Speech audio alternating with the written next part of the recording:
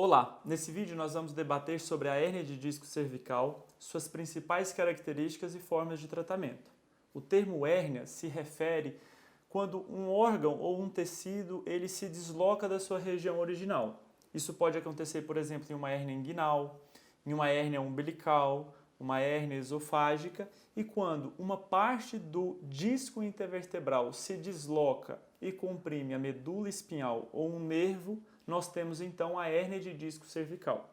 A hérnia de disco cervical, ela pode gerar dor na região do pescoço, a cervicalgia, uma dor, um formigamento, um choque que irradia para o braço e para a mão, também para a região do trapézio, ombro, na região periescapular e na região da coluna torácica mais alta.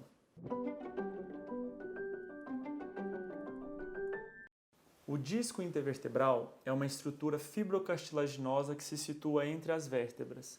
Ele tem a função de amortecimento e estabilização da coluna. A parte mais externa do disco intervertebral é chamada de ânulo fibroso. A parte interna é chamada de núcleo pulposo e a mais gelatinosa. Durante o passar do tempo, por diversos motivos, que nós chamamos de condições multifatoriais, como por exemplo sobrecarga, trauma, má postura, tabagismo, esse disco ele pode ir se desgastando, se deteriorando, o que nós chamamos de doença degenerativa discal.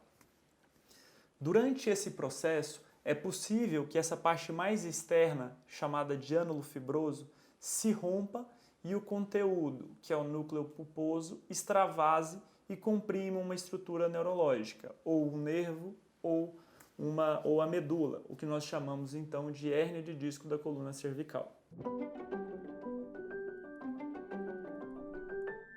Os sintomas da hérnia de disco cervical, eles são muito variados, pois dependem do local de aparecimento dessa hérnia de disco, que pode ser, por exemplo, num nível cervical mais alto ou mais baixo, numa região central do disco intervertebral, ou desviado mais para o lado direito, gerando uma clínica no membro superior direito do paciente, ou mais para o lado esquerdo. O grau de compressão das estruturas neurológicas também vai determinar a clínica do paciente. Nós temos três grupos principais de sintomas.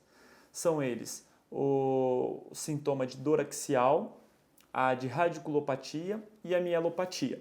A dor axial, ela se refere à dor na região cervical, que pode acontecer pela própria lesão do disco intervertebral e pela compressão dos nervos que vão inervar a coluna vertebral e a nuca. Nós temos também os sintomas de radiculopatia, que se referem à compressão do nervo que sai da coluna vertebral e vai para o membro superior. Então o paciente pode ter dor, formigamento, choque e alteração de sensibilidade, que vai para o braço, para as mãos, para a região interescapular e até para a região do trapézio. Quando a compressão ela é muito grave, esse paciente pode inclusive perder força. Quais músculos que vão ser acometidos por essa hérnia de disco, qual região que vai ser acometida também pela dor, é determinada pela localização da hérnia de disco. Por isso é tão importante o exame físico detalhado. O terceiro grupo de sintomas é a mielopatia. É quando a medula ela é afetada, ou seja, a hérnia de disco ela comprime a medula. E a medula é a estrutura responsável pela sensibilidade e motricidade de todo o nosso corpo. Então, pacientes que têm uma lesão medular, que cursam com mielopatia, podem ter alteração de sensibilidade e motricidade nos 4 membros, e eventualmente perda de equilíbrio e até perda do controle esfincteriano.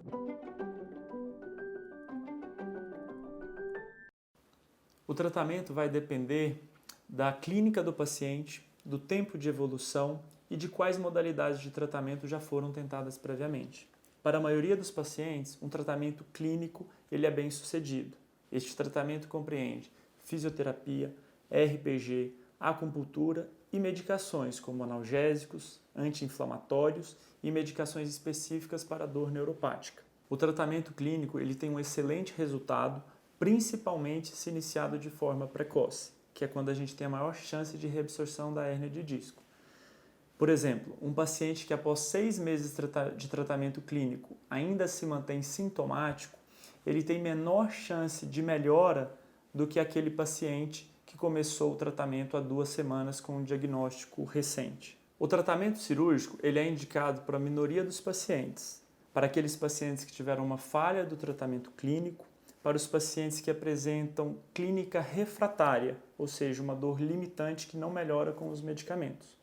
Os pacientes que também apresentam déficit neurológico, perda de força e mielopatia são melhor tratados de forma cirúrgica, porque esses déficits neurológicos eles podem se tornar permanentes caso o paciente não seja submetido a uma cirurgia.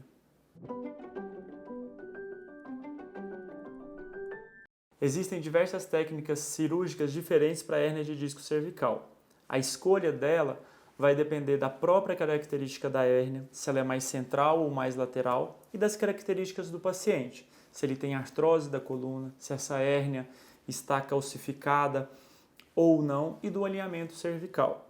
A técnica mais utilizada é a artrodese cervical anterior, na qual é realizada uma incisão na região anterior do pescoço do paciente, retirado então o disco e a hérnia de disco em questão.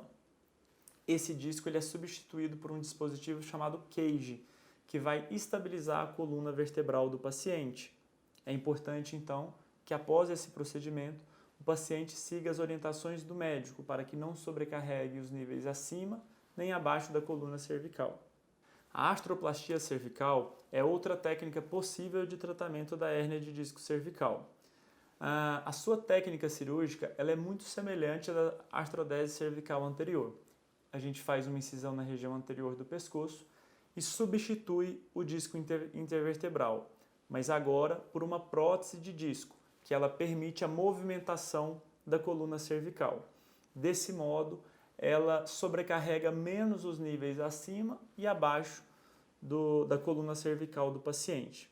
Para que ela seja realizada, é importante que o paciente não apresente artrose da coluna cervical e que também não tenha osteoporose. Para as hérnias mais laterais, nós podemos fazer uma incisão posterior na nuca do paciente e um túnel na vértebra desse paciente pelo qual a gente tira a hérnia de disco. Esse procedimento, ele se chama foraminotomia e dissectomia da coluna cervical. Hoje, nós também podemos realizar esse procedimento por via endoscópica, que é a cirurgia por vídeo da coluna vertebral. Como puderam perceber, o tema de hérnia de disco cervical ele é bastante complexo. Espero ter ajudado vocês a compreenderem melhor sobre a hérnia de disco cervical e sua forma de tratamento. Muito obrigado pela atenção e até a próxima.